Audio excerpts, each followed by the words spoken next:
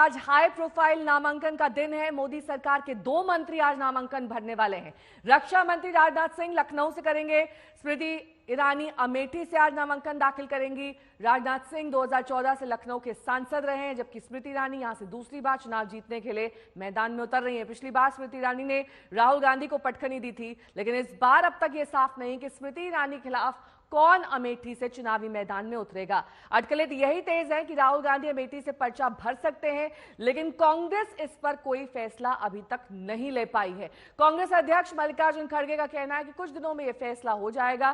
केंद्रीय मंत्री पीयूष गोयल राहुल गांधी पर तंज कसते हुए कह रहे हैं कि राहुल अगर अमेठी से मैदान में उतरे तो बुरी तरह से हारेंगे।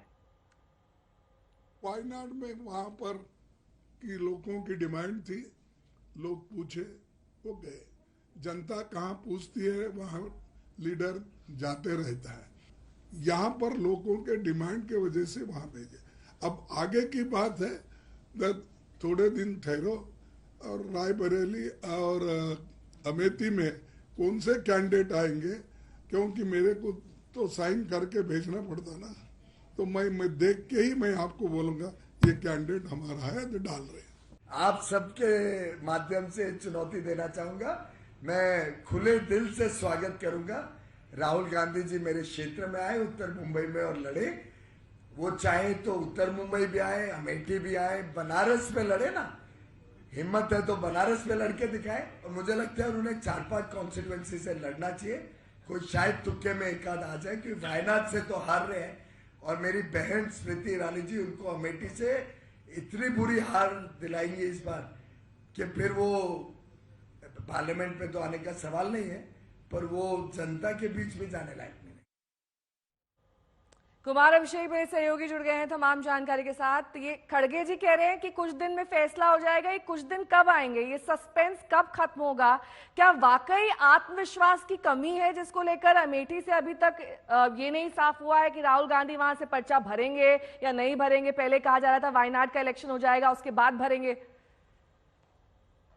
नेहा, देखिए, सस्पेंस कब खत्म होगा ये तो हर कोई जानना चाह रहा है, लेकिन एक कंफ्यूजन की स्थिति जरूर बनी हुई है कि आखिर ऐसा क्या है कि अभी तक सिर्फ यही 2 सीटें अमेठी और रायबरेली, इसका अभी तक ऐलान नहीं हुआ। बाकी 15 सीटों का कांग्रेस ऐलान कर सकती है। निश्चित तौर पर जिस तरीके से उम्मीद की जा रही थी 2 दिन पहले कि CC की बैठक के बाद तुरंत ऐलान हो जाएगा, नहीं होगा तो अगले दिन ऐलान हो जाएगा, तो कल का दिन भी गुजर गया। अब आज का दिन है और आज स्मृति ईरानी अपना नामांकन कर रही है। तो स्मृति ईरानी नामांकन कर रही है, लेकिन कांग्रेस ने अभी तक तय नहीं किया है। देखिए, बहुत तेज चर्चा थी कि राहुल गांधी हर हाल में अमेठी लड़ेंगे, और अभी भी उम्मीद लोगों ने लगा रखी है कि आखिरी नाम उन्हीं का आएगा। लेकिन अब देखना यह है कि आखिर फैसला क्या लिया जाता है, क्योंकि इन दोनों सीटों पर उनके सर्वे के हिसाब से यही दोनों जीत सकते हैं। अमेठी से राहुल गांधी लड़ेंगे तभी कांग्रेस अमेठी जीत सकती है।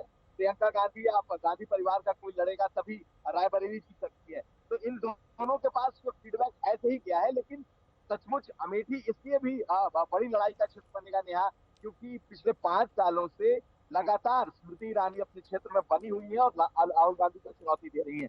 देखना है कि कांग्रेस क्या इस चुनौती को स्वीकार करती है या नहीं करती है, लेकिन ये सबके मन में यही सवाल है कि आखिर सस्पेंस कब खत्म होगा। इसके अलावा लखनऊ का नामांकन बेहद दिलचस्प। राजनाथ सिंह एक बार फिर से यहाँ नामांकन दाखिल करने वाले हैं। जाहिर तौर पर कोई कोर कसर राजनाथ सिंह नहीं छोड़े। हालांकि काफी लो प्रोफाइल रहते हैं, लेकिन लंबे वक्त से वहां पर प्रचार प्रसार और पूरे देश भर में बल्कि उनकी रैलियां जारी हैं।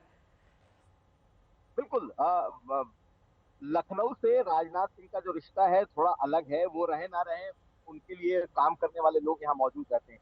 आज अभी 9:30 बजे के आसपास वो बीजेपी दफ्तर पहुंचेंगे, और बीजेपी दफ्तर में उसके अलावा मुख्यमंत्री योगी आदित्यनाथ होंगे, क्योंकि उत्तराखंड की बड़ी आबादी यहाँ रहती है। उत्तराखंड के CM पुष्कर धामी भी मौजूद होंगे, दोनों डिप्टी CM मौजूद होंगे, और बाकायदा एक रैली की शक्ल में बीजेपी दफ्तर से कलेक्ट्रेट तक अपने नामांकन के लिए जाएंगे। और अगर देखा जाए तो राजनाथ सिंह लगातार अपने काम भी गिनाते हैं।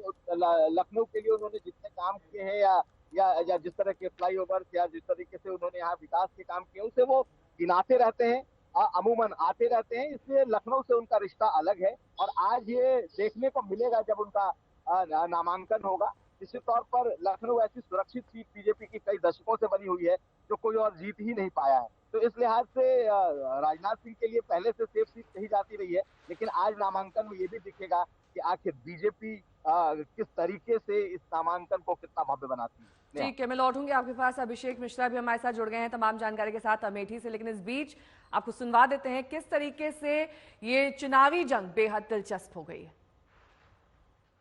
चुनाव आयोग को देखना चाहिए कि जो व्यवस्था कल राजनाथ सिंह के नामांकन में होगी वही व्यवस्था 1 मई को हम नामांकन करेंगे, वही व्यवस्था होनी चाहिए।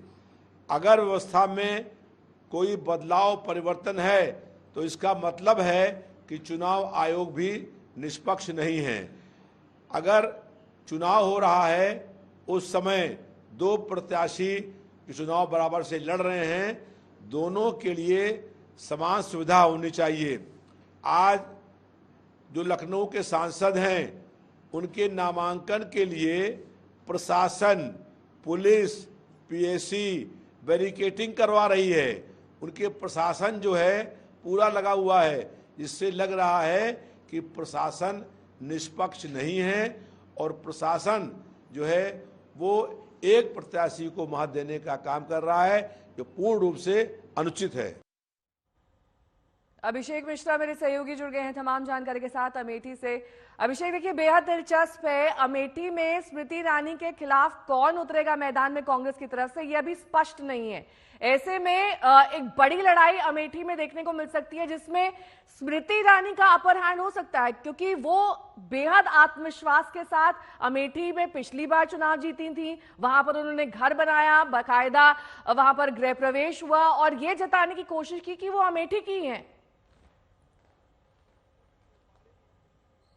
देखिए बिल्कुल नेहा, और इसमें कोई दो राय नहीं होगी कि इस चुनाव में अमेठी से स्मृति ईरानी लगातार प्रचार के मोड में रही। ये प्रचार पूरा सेंट्रिक था गांधी परिवार के खिलाफ, राहुल गांधी के खिलाफ, और इस बात को उन्होंने अमेठी की जनता तक पहुंचाने की कोशिश की है। लेकिन आज की तस्वीर हम आपको दिखाते हैं। हमारी मौजूदगी इस वक्त स्मृति ईरानी के आवास पर ही है। अंदर वो है, पूजा पाठ वो कर रही है और कुछ देर में अभी यहाँ से निकलेंगी, क्योंकि आज उनको नामांकन करना है।